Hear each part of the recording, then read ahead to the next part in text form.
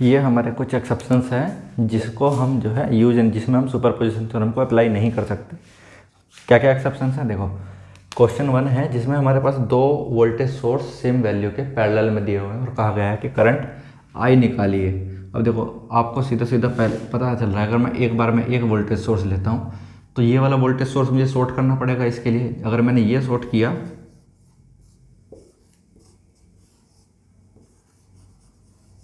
तो इसमें कोई भी करंट जाएगा ही नहीं, सारा करंट ये यहीं से सर्कुलेट कर जाएगा। वहीं पर अगर इसकी बात करूँ तो ये इसके लिए शॉर्ट सर्किट की तरह बिहेव करेगा, सारा करंट इसके थ्रू सर्कुलेट कर जाएगा। ठीक है, तो ये जो है किसका वायलेशन कर रहा है, ये वायलेशन कर रहा है केवीएल का। ठीक है, वायलेट्स केवीएल। ठीक है, इसलिए इस वाले सर्किट में सुपरपोजिशन थ्योरम लगाना सही नहीं है, वो सही आंसर इससे नहीं आएगा कभी भी। सेम क्वेश्चन ये देखिए, हमें ये पता है कि एक ब्रांच में एक ही करंट हो सकती है। ठीक है, अगर हम दो अलग अलग करंट सोर्स सेम वैल्यू के, ये हमारे पास एक करंट सोर्स ये है 10 एम्पेयर का, दूसरा करंट सोर्स है 10 एम्पेयर का, दोनों सीरीज में लगा दिए। ठीक है, अगर मैंने दोनों सीरीज में लगा दिए तो नेट करंट क्या मेरी 20 एम्पेयर हो जाएगी। बताइए क्या ये संभव थोड़ी ना है, सीरीज में थोड़ी ना करंट ऐड होती है, सीरीज में करंट ऐड नहीं होती। लेकिन अगर मैं सुपरपोजिशन थ्योरम लगाऊं तो सुपरपोजिशन थ्योरम क्या कहती है कि एक बार में मेरा एक सोर्स लेना है। एक बार में अगर आप एक सोर्स लेंगे तो पहले वाला सोर्स आपने ले लिया 10 एम्पेयर का, दूसरे वाला क्या कर दिया, ओपन कर दिया। जैसे ही ब्रांच ओपन हो गई पूरे सर्किट में करंट कितना हो गया, 0। जबकि दो करंट सोर्स लगे हैं तो करंट तो 10 एम्पेयर जाएगा ही जाएगा, ये तो सबको साफ साफ दिख ही रहा है। ठीक है, लेकिन यहाँ पे मेरा जो है अगर मैं इसको ओपन कर देता हूँ करंट 0 हो गया, तो यहाँ पे मेरा जो है केसीएल वायलेट्स हो रहा है, इसलिए यहाँ पे भी सुपरपोजिशन थ्योरम नहीं लग सकती है। वायलेट्स केसीएल, उसका उल्लंघन हो रहा है, केसीएल का जो हमारा किरचॉफ्स वोल्टेज लॉ है उसका उल्लंघन हो रहा है। अब बात करते हैं कि हम सुपरपोजिशन थ्योरम में लीनियरिटी प्रॉपर्टी के अंदर पावर को ऐड क्यों नहीं कर सकते। फाइंड पावर अक्रॉस 1 ओम, पावर कभी भी जो है सुपरपोजिशन थ्योरम से ऐड नहीं कर सकते क्योंकि वो लीनियर नहीं है। कैसे नहीं है, अब देखो अगर मैं इसको यूज करने की कोशिश करूँ तो पहले मैं एक वोल्ट सोर्स ले लेता हूँ, दूसरे को कर देता हूँ शॉर्ट। ठीक है, ये 1 ओम, ये 1 वोल्ट, इससे मेरी पावर कितनी आई, पावर आई मेरी P1 V1 square divided by are. V1 कितना है, 1 वोल्ट डिवाइडेड बाई आर बराबर कितना क्या, 1 वाट। अगर मैं दूसरा सोर्स लेता हूँ, पहले को शॉर्ट कर दूँ, दूसरे को ले लूँ, ये 1 ओम, ये 1 वोल्ट, इससे मेरा P2 कितना आया, 1 वाट। टोटल पावर कितनी हो गई, P1 प्लस P2 कितना हो गया, 2 वाट। लेकिन क्या ये हमारा सही आंसर है, एक बार नॉर्मली चेक करके देखते हैं। हमारे पास दो वोल्टेज सोर्स सीरीज में है तो क्या हो गया, नेट वोल्टेज 2 वोल्ट, रेजिस्टेंस कितना 1 ओम, पावर कितनी आ गई V square divided by R, voltage कितनी है 2 का स्क्वायर डिवाइडेड बाई 1 बराबर 4 वाट। ठीक है, तो एक तरफ हमारे आंसर आ रहा है 4 वाट, दूसरी तरफ आंसर आ रहा है हमारा कितना, सॉरी 2 वाट। दोनों तो सही नहीं हो सकते क्योंकि सर्किट हमारा एक ही है, तो हमारा ये 4 वाट वाला आंसर इसका सही है, 2 वाट वाला आंसर हमारा गलत है। ठीक है, तो यहाँ से हमें पता चलता है कि पावर हम जो है सुपरपोजिशन थ्योरम में पावर कभी भी हम सीधे सीधे ऐड नहीं कर सकते, पावर के लिए सुपरपोजिशन थ्योरम है ही नहीं। लेकिन लेकिन लेकिन अगर क्वेश्चन आता है आपके सामने कि पावर के लिए उनमें से कौन सी थ्योरम एप्लीकेबल नहीं है और उसमें सुपरपोजिशन थ्योरम है ऑप्शन में, तो आप उसको लगाएंगे। लेकिन अगर कभी इंटरव्यू में पूछा जाए कि क्या ऐसा कोई केस बन सकता है कि हम जो है सुपरपोजिशन थ्योरम का इस्तेमाल करते हुए ही या फिर पावर को सीधे सीधे अलजेब्रिक सम कर दें, जैसा कि हम उसको लीनियर बिहेवियर उसका शो करा रहे हो, यानी कि सुपरपोजिशन वाले थ्योरम उसमें लगा रहे हो, तो क्या ये संभव है।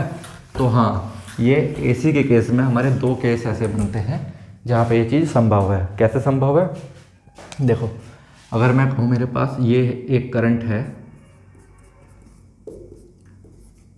4 cos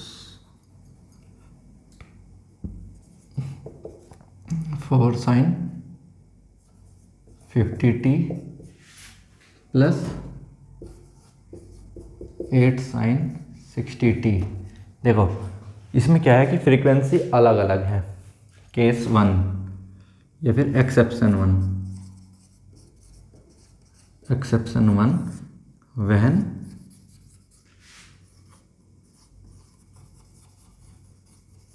frequencies ENCIES frequencies are different। जब हमारी फ्रीक्वेंसी अलग अलग हो तो उस केस में हम जो है पावर को सीधे सीधा ऐड कर सकते हैं।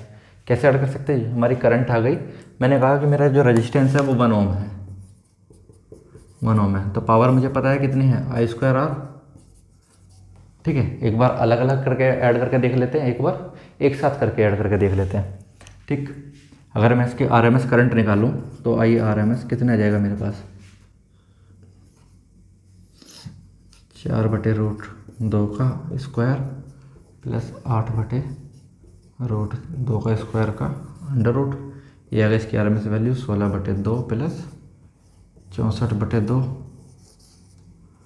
2 8 16 32 √40। ठीक है, पावर आ गई कितनी, I²RMS इंटू R। आई है हमारे पास √40 का स्क्वायर इंटू 1, 40 वाट। ठीक है, 40 वाट यहाँ से मेरी पावर आ गई। अब इसको करके देखते हैं अलग अलग। अलग अलग कैसे?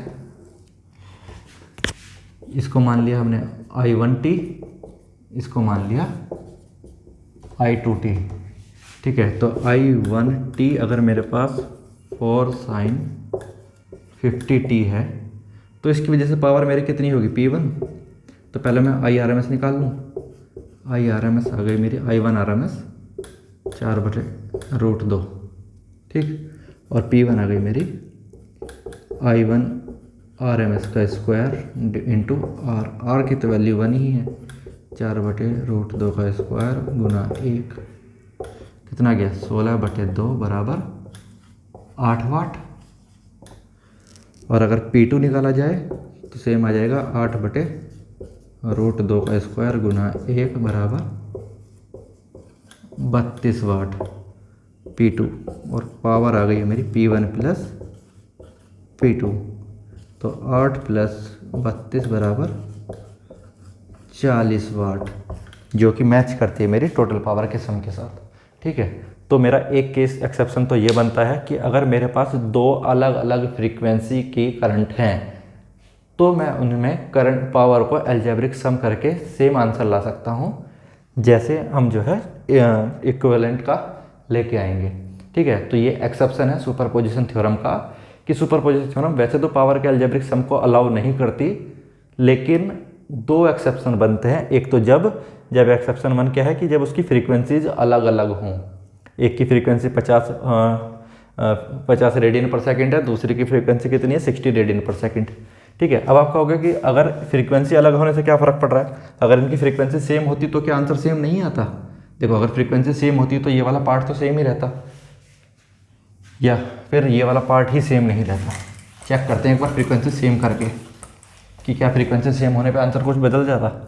इसको भी 50 कर लेते हैं ना, ये लीजिए 50। अगर आप इसको भी 50 करेंगे तो मेरे पास टोटल करंट कितनी आ गई, ये भी 50t, ये भी 50t, सम हो गया। IT कितना हो गया, IT हो गया मेरे पास 8 और 4 12 sin 50t।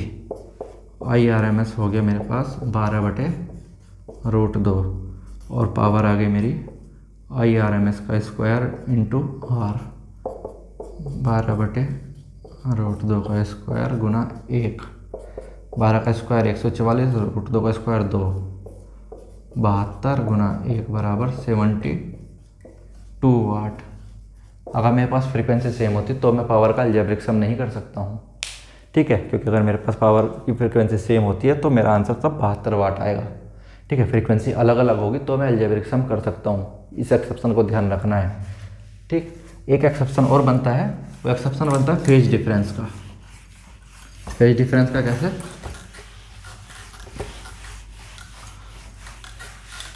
ये एक्सेप्शन है मेरा फेज डिफरेंस का। फेज डिफरेंस का एक्सेप्शन ये है कि अगर मैं इसको फ्रीक्वेंसी सेम रखूं लेकिन इसको जो है साइन की जगह कोस कर दूं, तो अभी भी मैं इसको सीधा सीधा ऐड नहीं कर सकता हूं, क्योंकि अब यहाँ पे अलग अलग है, दोनों में सीधा सीधा दिख रहा है, ये साइन है ये कोस है, 90 डिग्री का अंतर है। ठीक है। साइन को कोस बदलना होगा तो 90 डिग्री का अंतर हो जाएगा। अगर मेरे पास फेज डिफरेंस आता है तो भी मैं इसको 8 और 4 12 नहीं कर सकता हूँ। अगर 12 नहीं होगा तो भी ये मेरा, जैसे हमने पिछला केस किया, दोनों की पावर जो है 40-40 वाट आ जाएगी। ठीक है, ये 2 एक्सेप्शन हैं सुपरपोजिशन थ्योरम के। इसके अलावा एक जो ज़रूरी चीज़ है वो थोड़ी सी कॉम्प्लेक्स है वैसे तो, ठीक है। जेई लेवल के हिसाब से तो थोड़ी सी ज़्यादा एडवांस है, वो चीज़ जेई लेवल में तो नहीं पूछी जाएगी, लेकिन हाँ अगर आप गेट की प्रिपरेशन कर रहे हैं तो गेट में ज़रूर पूछी जाएगी। एक बार मैं उसको नोट कर देता हूँ, उसके बाद जो है उसको समझाता हूँ आराम से कि क्या ये चीज़ है।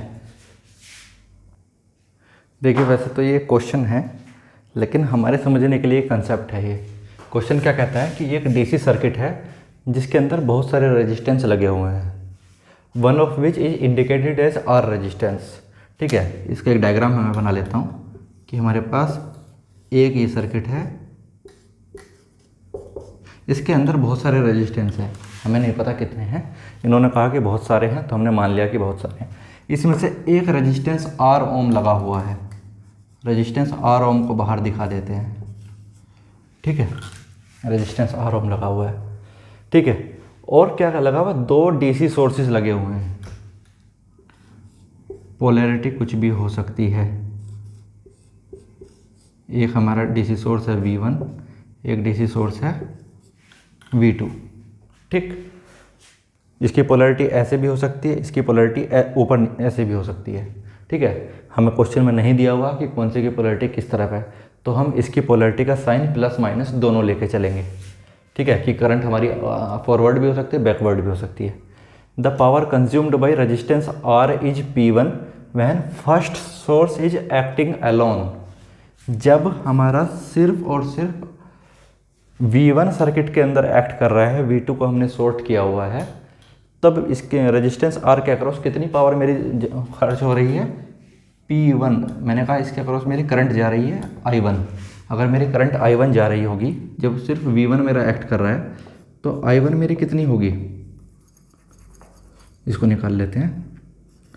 P1 हो गई मेरी I1 का स्क्वायर R, तो यहाँ से मेरी I1 आ गई मेरी P1 डिवाइडेड बाई R, और I1 आ गई मेरी P1 डिवाइडेड बाई R का अंडर रूट। ठीक ठीक, is acting alone and P2 watts when second source is acting alone. अगर हमारा P2 सोर्स की बात की जाए, जब हमारा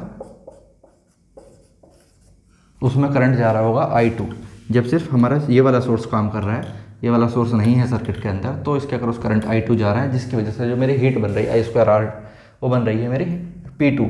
तो करंट I2 मैंने मान लिया, पावर मेरी P2 बन रही है, तो यहाँ से मेरा I2 आ गया कितना, under root P2 divided by R। ठीक है, if 2 sources are acting simultaneously, अगर दोनों के दोनों सोर्स एक साथ काम कर रहे हैं तो मेरी कितनी पावर कंज्यूम होगी। देखो, दोनों सोर्स एक्ट कर रहे हैं, लेकिन इसमें हमें ये नहीं पता कि दोनों सोर्स एक ही डायरेक्शन में लगे हुए हैं या अपोजिट डायरेक्शन में लगे हुए हैं। इसको देख कर थोड़ी ना बता सकते हैं कि ये दोनों सोर्स ऐसे काम कर रहे हैं या ऐसे काम कर रहे हैं। ठीक है, अगर हमें नहीं पता तो हम कह सकते हैं कि हमारी जो I नेट करंट आएगी, नेट करंट, वो I1 प्लस माइनस I2 आएगी। मतलब जो करंट I1 होगी, अगर हम उसको पॉजिटिव मान ले तो उसके रेस्पेक्ट में करंट I2 मेरी पॉजिटिव भी हो सकती है, नेगेटिव भी हो सकती है। तो हमने एक बार प्लस भी ले लिया, एक बार माइनस भी ले लिया, दोनों केस हो सकते हैं। ठीक है, या तो प्लस हो सकते हैं, माइनस, तीसरा केस तो है नहीं हमारे पास। तो अगर हमारे पास I नेट ये है तो हमारी टोटल पावर कितनी हो गई, P नेट, I नेट का स्क्वायर इंटू R, रेजिस्टेंस तो अभी भी वही है। I नेट कितनी है मेरी, I1 प्लस माइनस I2 का स्क्वायर इंटू R। ठीक है, तो यहाँ से मेरी करंट निकल के आती है कि I1 प्लस माइनस I2 बराबर, या फिर इसको ऐसे रहने देते हैं, P नेट। ठीक है, I1 मैंने निकाला हुआ है, ये रहा I1 है मेरा under root P1 divided by R plus I2 की वैल्यू आ गई P2 डिवाइडेड बाई R का स्क्वायर इंटू R।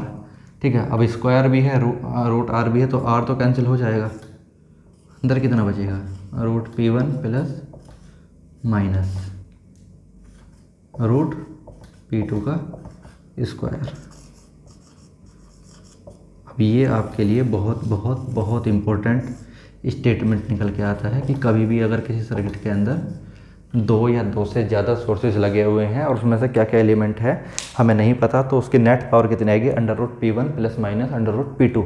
ठीक है, अब कब हम प्लस लेंगे कब हम माइनस लेंगे, क्वेश्चन में अगर गिवन है कि मैक्सिमम पावर मुझे बताइए, अगर इसमें मुझे दिया होता अगर दोनों sources acting simultaneously the maximum power consumed by resistance, कि रेजिस्टेंस मैक्सिमम कितनी पावर ले सकता है, तो हम यहाँ पे प्लस लेंगे।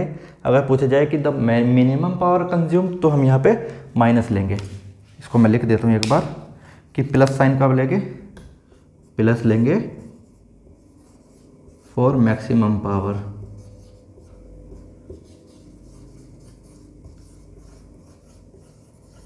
और माइनस कब लेंगे, फॉर मिनिमम पावर।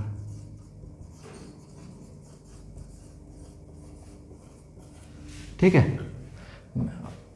ठीक है, मुझे नहीं लगता इसमें अभी कुछ कन्फ्यूजन वाली बात है, बस आपको ये ध्यान रखना है कि पी नेट आप कितना होगा, under root P1 plus minus under root P2। ठीक है, अगर ये चीज़ याद रखने में समस्या है तो इस पर बेस्ड हम एक क्वेश्चन देख लेते हैं। क्वेश्चन है हमारे पास और वो क्वेश्चन जो है एग्जाम में आया हुआ है, हालांकि ये क्वेश्चन जो है बीटेक लेवल का है, तो जो पॉलिटेक्निक के बच्चे हैं वो चाहें तो स्किप भी कर सकते हैं, लेकिन अगर आप चाहते हैं कि बीटेक वाले आपकी सीट ना खा जाएँ तो मेरी राय में तो आपको देखना चाहिए, है ना, क्योंकि देखो एसएससी जेईई का भी आपको दिख रहा है कि उसमें डिप्लोमा वालों के नंबर कम ही आते हैं, सब जो है बीटेक वाले आपकी सीट ले जाएंगे। वहीं पे जो हमारे वे हैं क्या कहते हैं ये इलेक्ट्रिसिटी बोर्ड, ठीक है, यूपीपीसीएल में तो मजबूरी हो जाती है कि उसमें जो है बीटेक वाले आ ही नहीं सकते, लेकिन जो आरआरबी की पोस्ट है आरआरबी में मैक्सिमम जो है वही जाते हैं, बीटेक वाले जाते हैं। मैंने बताया भी होगा कि जहाँ पे मैं था वहाँ पे 13 जेईई आए थे, 13 में से सिर्फ एक डिप्लोमा वाला था, बाकी सब बीटेक वाले थे। इनफैक्ट एक तो आईआईटी से बीटेक किया हुआ था। ठीक है, तो आईआईटी वालों के भी हालात थोड़े अच्छे नहीं चल रहे हैं। ठीक है, क्वेश्चन देख लेते हैं। In a given circuit,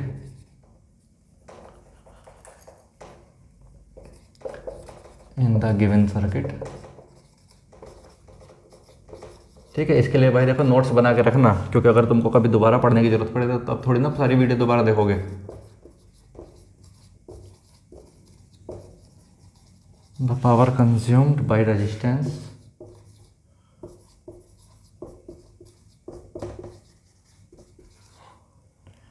R is 18 watt, 98 watt and 50 watt due to each independent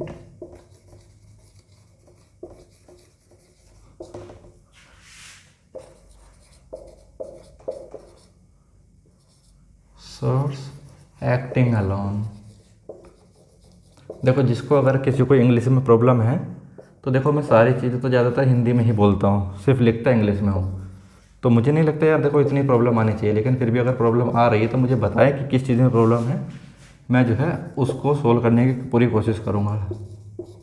ठीक है, लेकिन चीज़ों से भागना कोई समाधान नहीं होता।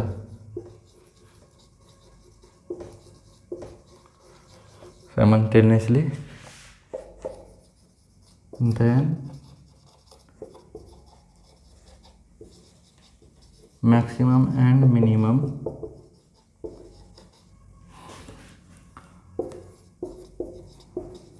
Power consumed by R, circuit है हमारा ये।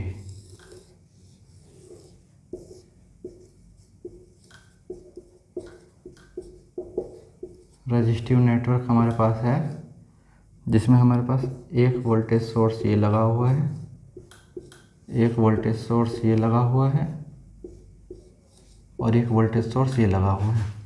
हर किसी की पोलैरिटी नहीं पता है, बस हमें वाटेज पता है कि एक की वजह से हमारा 18 वाट खर्च हो रहा है, एक की वजह से 98 वाट खर्च हो रहा है, एक की वजह से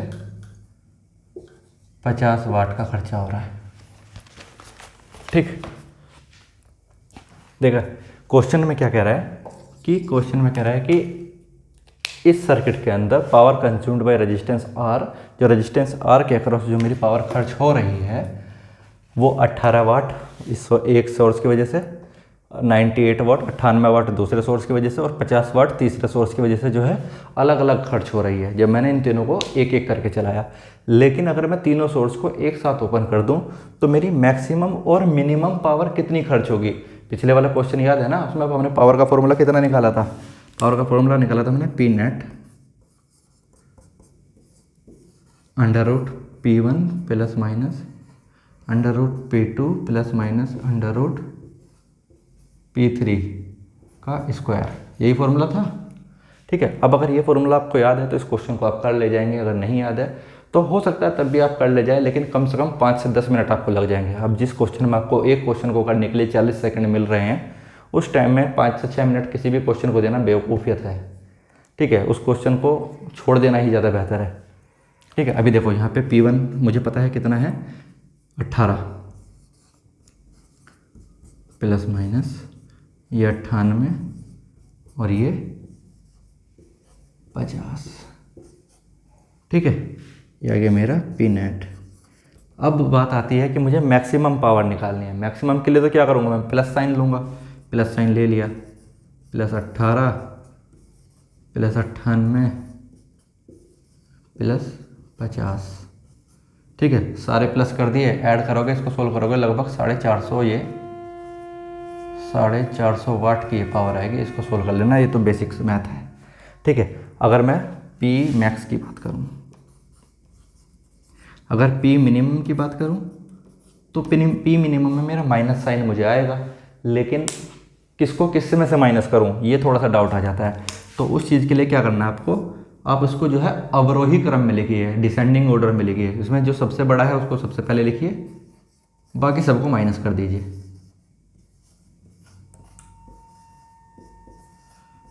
ठीक है, इसको सोल्व करेंगे, ये लगभग 2 वाट आएगा। ठीक है, इसको सोल्व करके मुझे बताना कि क्या इसका आंसर आ रहा है। ठीक, अगर इस तरीके के क्वेश्चन आते हैं तो उसको ऐसे सोल्व करना है और घबराना नहीं है। क्वेश्चन आसान होते हैं, बस आपको जो एक बार उसको अप्रोच समझ में आनी चाहिए कि किस तरीके से क्वेश्चन स्टार्ट हो। एक बार क्वेश्चन स्टार्ट हो जाए तो फिर मुझे नहीं लगता कि उसमें कुछ भी बच जाता है करने के लिए। और सुपरपोजिशन थ्योरम के हमारी जो है लगभग 3 वीडियो पूरी हो चुकी हैं। अभी जो है अगली वीडियो में हम पढ़ेंगे थेवेनिन थ्योरम और नॉर्टन थ्योरम। ठीक है, वो देखेंगे। उसके बाद देखते हैं रेसिप्रोसिटी थ्योरम। फिर हमारी जो ज़्यादातर इंपॉर्टेंट थ्योरम है वो लगभग सारी कंप्लीट हो जाएंगी।